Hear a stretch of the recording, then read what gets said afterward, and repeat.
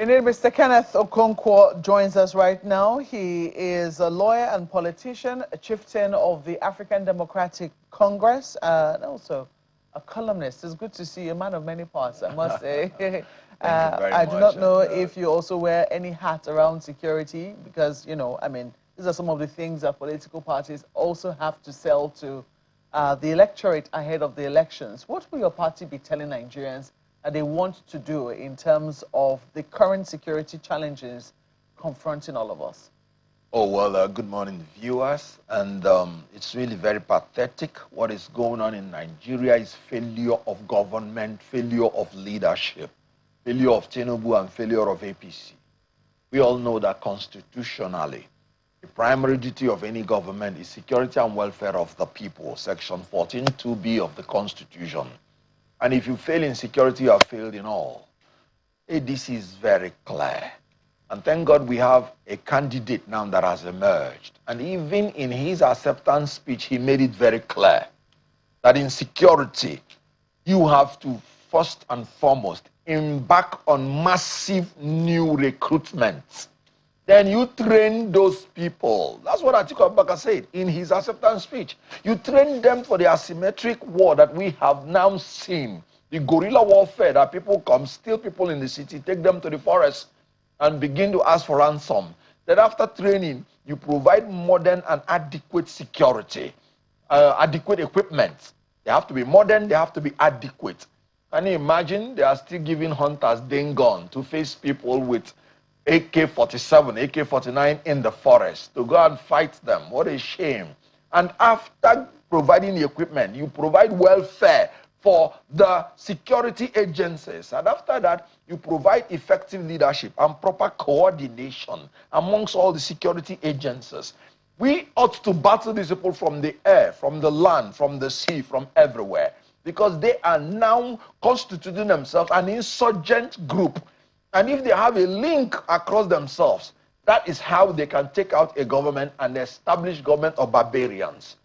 What prevents every state from having a helicopter that will be spying on these people, having a drone that will be spying on these people, and they will spy on them from the air, then deploy special forces each time they locate them in the forest. The special forces will take out these terrorists and bandits and kidnappers and rescue the people involved. That is what Atiku Abubakar is going to do. That's what he promised in acceptance speech. He did it before as vice president with Obasanjo. We experienced the greatest security from 1999 to 2007, and he will do it again. Tinubu has failed. What about the issue of state police? It was the Southwest that was in the vanguard of preaching restructuring. And restructuring includes providing state police. Immediately Tinubu came in. Rather than saying insecurity is gone, he said fuel subsidy is gone. Everything that ought to be for the welfare of the people, this president is closing. Can I ask whatever that is supposed to be for the security of the people, he is distancing himself. Give people state police. It will not take you a month to get the amendment, and every state will be responsible for its security. Yeah, in America. We do know. You have state police, moment, you have federal police, you have community police, you have university police. Even when you're riding on the road and you exceed your kilometer, a dispatch rider, policeman will ride in front of you, step down, and look at Nigeria. I want to ask you, though, I mean, because we have heard this conversation around state police has been going on for a while now. Yes. We've been hearing, and in fact, we know that the current IGP has a committee on board, you know, to try and see how they can implement this state police. It's unclear what the challenges are, but I don't know if it's a conversation that your party is also following, because sometimes it's not for lack of wanting to do the things that you have. It's one thing to say it, as they say, you campaign in what's that now? You campaign as a poem, and then you have to execute in prose. That's how they say it. You know. So, are you paying attention to some of the challenges that perhaps this current party is currently facing, and paying attention to what exactly you will do differently should you get the opportunity to be able to implement some of the things that you're campaigning with? But it's a shame that this government is playing politics with the lives of Nigerians. What has the duty of Inspector General of Police to do with state police? They are just trying to use this to buy time because they don't want to do it. When you want state police, you amend section 214 of the Constitution that said you should have only one police. So that's the sense you get. The sense you get is that the duty of the IG police to amend the Constitution? Yes. Tinubu does not want state police until after the election, so that he will use federal police to intimidate and manipulate the opposition people so that there won't be any resistance when they want to rig elections. So you think that is what is behind all of this? Sure. Can't you see? The inspector, this inspector of police came. Committee. What has come out of the committee? How many months now? I saw Femi Gbajabiamila in one corner talking committee with the inspector of police. Let me tell you the process of state police. The National Assembly will amend section 214 and give power, and I would support that they should give the power to the National Assembly to make laws for the state police, not every state, so that we will still have one gun. And when they amend it, they will make the consequential amendment in the Police Act to accommodate state police. And after that, the president will sign it into law, and it will become the law of Nigeria. IG of police has no business in politics. His own business is to implement the executive orders from the president and implement the laws that is from the National Assembly. They should stop playing politics with the lives of Nigeria. It is sad enough that people are dying, and it is terrible that President Tinubu is playing politics with it. IG of police has no business in the process that will give us state police. That is pure politics. Let me switch gears now to politics, since we're talking politics, and we have seen that the coalition that was proposed hasn't quite worked as planned, and you have now come out very firmly to say that anyone who votes for the candidate of the NDC is actually voting for the APC, is voting for a vote for Mr. Peter Obi of the NDC is a vote for President Tinubu. But some people would have said that, look, ideally, and because it's a free country, people are free, as many people as want to be president are free to come out. And what would have been ideal is that the opposition would have been able to coalesce and have one major arrowhead as the person whom they are presenting to Nigeria. Now that hasn't panned out. How does it work in terms of the calculations for the ADC as you go into those polls? Let me make it clear that the opposition is working well and doing well. The coalition is flourishing. Remember, all the opposition leaders came together and chose ADC. ADC is still remaining, despite the efforts of this incompetent and corrupt APC trying to legislate and litigate us out of existence. We resisted them, and through the power of the collectivity, we are flourishing. You're talking about the renegades that left ADC, the coalition, to go into NDC. Sorry, I have just discovered something that is very disheartening. It is not just that they are going to, that anybody who is voting for NDC or P2B is voting for Tinubu. Anybody who is voting for NDC and P2B is voting for criminality. And I will prove it with facts. I will call names. There is one man called Obunike Ohebu, the House of Representatives aspirant, Newi North and Newi South, and Ekusigo local government from Anambra State. He sent an SOS to me, and he said that P2B is now the head of the criminality, that they were scammed in NDC. And he said, Okonkwo went back to his people and made sure that every constituency produced one candidate so that they will not be scammed. But P2B told them that all of them, the aspirants, should go into the field, and that they thought they were going to have primaries. Remember, Sereka Dixon came out and said, once you pay your expression of interest form, you are not going to pay any money. When you are now the one that is nominated, that's when they will take nomination fee. And all of them ran into it. Then P2B and the leaders of the Southeast now went and told them, anybody who wants to be House of Rep person, after paying that expression of interest, must pay 10 million naira bribe, and Senate 20 million naira bribe. When they were bribe to who? Bribe to the NDC and the caucus. They call them caucus leaders in the Southeast. This was what he wrote it and sent to me, and sent me the receipt, because they told him he needed money to campaign for his presidency. Now, when they were told individually, so they thought they were now the chosen candidate, that maybe that is the nomination fee. When all of them paid, they discovered there were many. Then we are now told to go into the field for direct primary.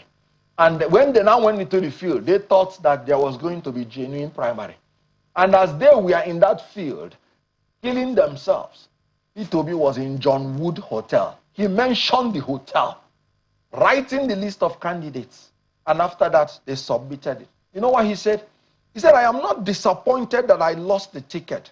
I am rather disappointed that I invested my time, resources, and reputation in a process that is becoming increasingly opaque and inconsistent with the democratic principles it proclaimed. And this is another man from Enugu State, a highly political person, sent to me. And you know what he said? He said, I have a direct taste of the fraud called P2B.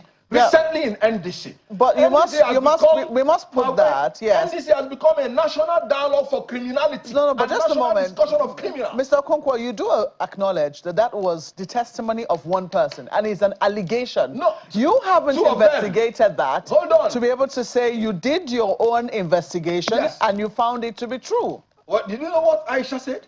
He said they did not even give me, I'm not talking about level playing ground. They did not give me ground at all. He said it on TV. I'm talking about corroboration. A lot of them have said it. And you know why I'm annoyed? You said I did the investigation. I am the leader of ADC in Enugu State. The same people we fought that they will not extort the aspirants. They are the people that went to NDC and they started extorting the aspirants. NDC has come out with a statement trying to distance themselves from what is happening in the Southeast.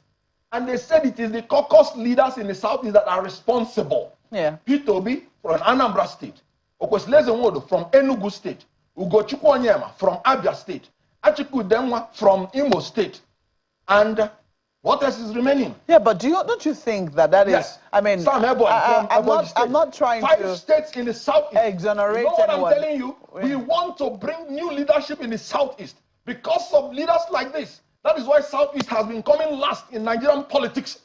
Southeast people are marginalized in the federal government. We fight to eat. And after that, some of our leaders are calling us and scamming us. I told them that P2B is going to scam them. Yeah, but that is a political con man. Look at what is happening. I'm saying that, again, you will go to diaspora. I don't give shish, but you collect shish.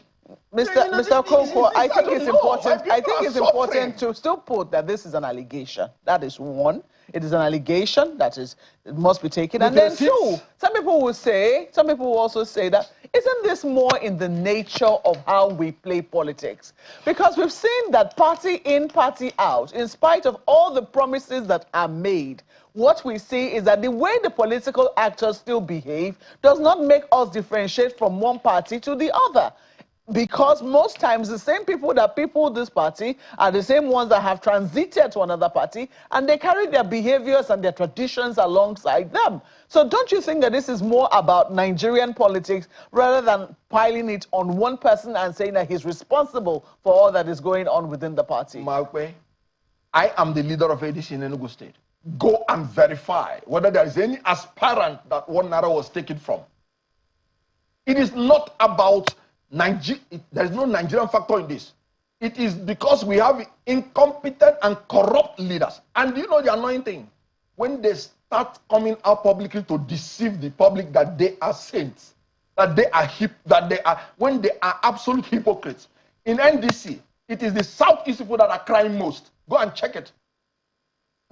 And it is a testimony to their leadership. I said I experienced it firsthand in Enugu State. When we resisted them, they were the people, the same people that went into NDC, and they are perpetrating the criminality. You know, when I said it first, everybody was on my case, and I was saying they will go and experience it. Now, me quickly, I know that Ayo, not forgive me, Ayo, over to you quickly. Questions? Well, you are, I mean, the conversation is hot enough. I just had one question before we swayed into politics. I just had one question about the insecurity issues that you are raising, Mr. Okonkwo. The federal government is definitely the one to take the bull by the horn, so to speak.